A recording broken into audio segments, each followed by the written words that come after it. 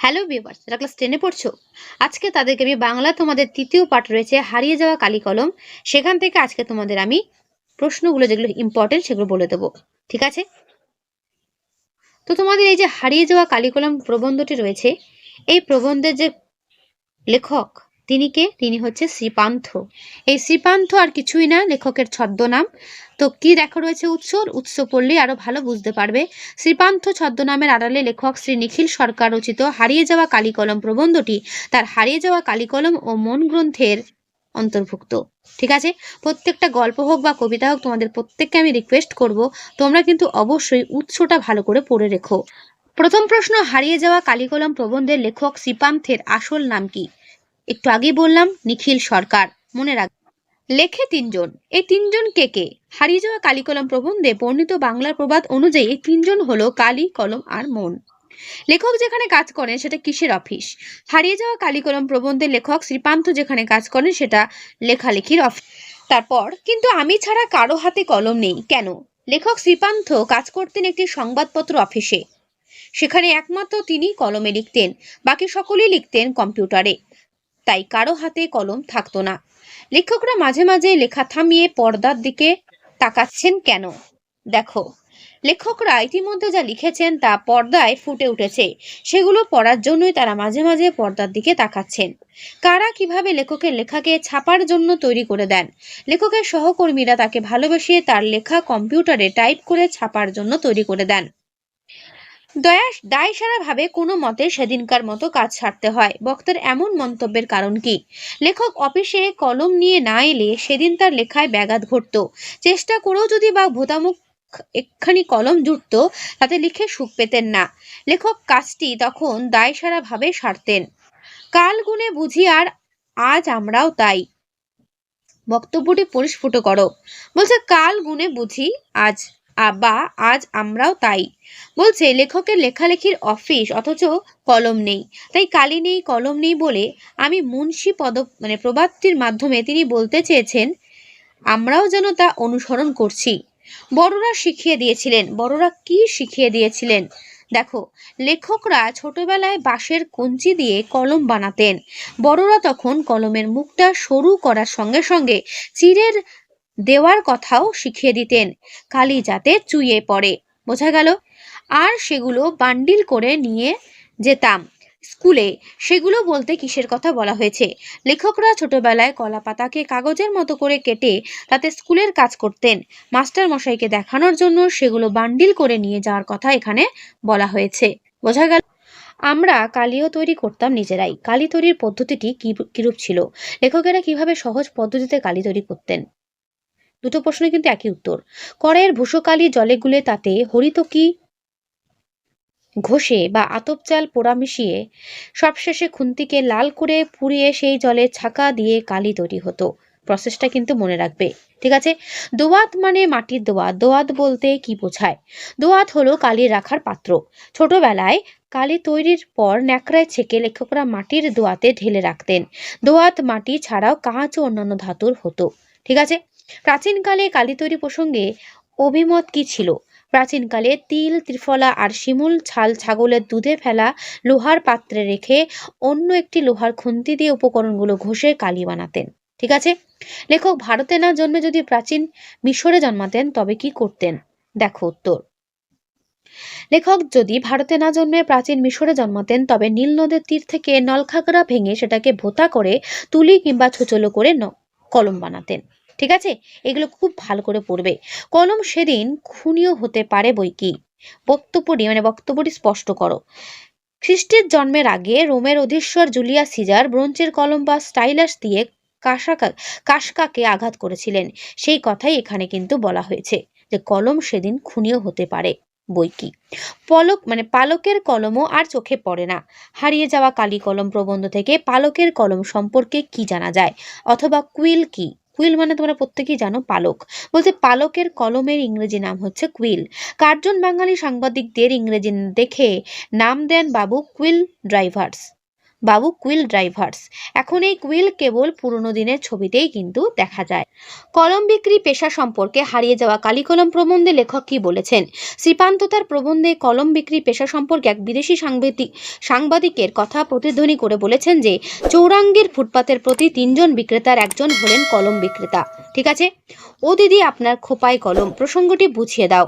অনেক সময় ভিড়, বাস, ট্রামে যাতায়াত করতে গিয়ে কারো বুক পকেটে রাখা পেন আটকে যায় কোনো মহিলার যাত্রীর খোপায়। সেই প্রসঙ্গে বক্তার এমন সরস মন্তব্য। কলম কাদের কাছে অস্পৃশ্য কেন? মানে কলম তাদের কাছে অস্পৃশ্য কেন? বর্তমানে ডট পেন বা বল পেনের রমরমার যুগে কলম অত্যন্ত সস্তা ও সর্বভোগ্য হয়ে পড়েছে। পকেটমারদের কাছে তাই হাত সাফাইয়ের বস্তু হিসেবে কলম অস্পৃশ্য।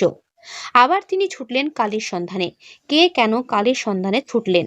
ফাউন্টেন পেনের আবিষ্কর্তা লুইস অ্যাডসন ওয়াটারম্যান একজন ব্যবসায়ীর সঙ্গে চুক্তিপত্র সই করার সময় দোয়াত উল্টে সব কালি পড়ে যায়। তখন তিনি কালির সন্ধানে ছোটেন। জন্ম নিল ফাউন্টেন পেন। ফাউন্টেন পেনের জন্ম বৃত্তান্তটি উল্লেখ করো। দেখো, লুইস অ্যাডসন ওয়াটারম্যান একবার এক চুক্তিপত্র সই করতে বা করার সময় দোয়াত উল্টে যাওয়ায় চুক্তি বাতিল হয়ে যায়। এরই বিহিত করতে তিনি ফাউন্টেন পেন আবিষ্কার করেন। ঠিক আছে, বোঝা গেল ফাউন্টেন পেনের আবিষ্কারের ঘটনাটি পড়বে। ওকে। অবাক হয়ে সেদিন মনে মনে ভাবছিলাম লেখক কি ভাবছিলেন। শুভ ঠাকুরের বিখ্যাত দোয়াত সংগ্রহ করে লেখক শ্রীপান্থ ভেবেছিলেন যে শেক্সপিয়ার থেকে শুরু করে আমাদের শরৎচন্দ্র পর্যন্ত সাহিত্য ইতিহাসের বিখ্যাত চরিত্ররা সেই সব দোয়াত ব্যবহার করেই অমর সব রচনা লিখে গেছেন। যন্ত্রযুগ সকলের দাবি মেটাতেই তৈরি। কি ধরনের দাবির কথা এখানে বলা হয়েছে দেখে নাও। ফাউন্টেন পেনের বিজ্ঞাপনে ব্যক্তিবিশেষের চাহিদা ও পছন্দের কথা প্রসঙ্গে শ্রীপান্থেরই যুক্তি।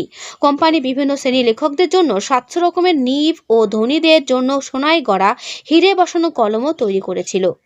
কিন্তু ইতিহাসের ঠাঁই কিন্তু তার পাকা। কার কেন ইতিহাসের ঠাঁই পাকা?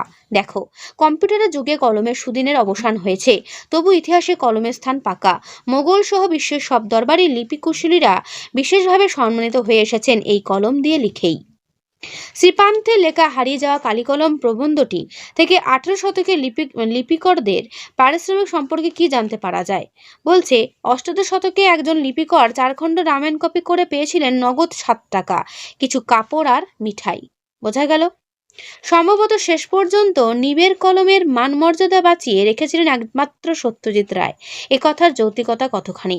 বলছে, সত্যজিৎ রায়ের লিপিশিল্পের প্রতি আকর্ষণ সর্বজন বিদিত। তার হস্তলিপির কুশলতা তার অন্যান্য শিল্পকর্মের সঙ্গে সম্পর্কযুক্ত, তাই তিনিই কেবল নিবের কলমের মানমর্যাদা বাঁচিয়ে রেখেছিলেন।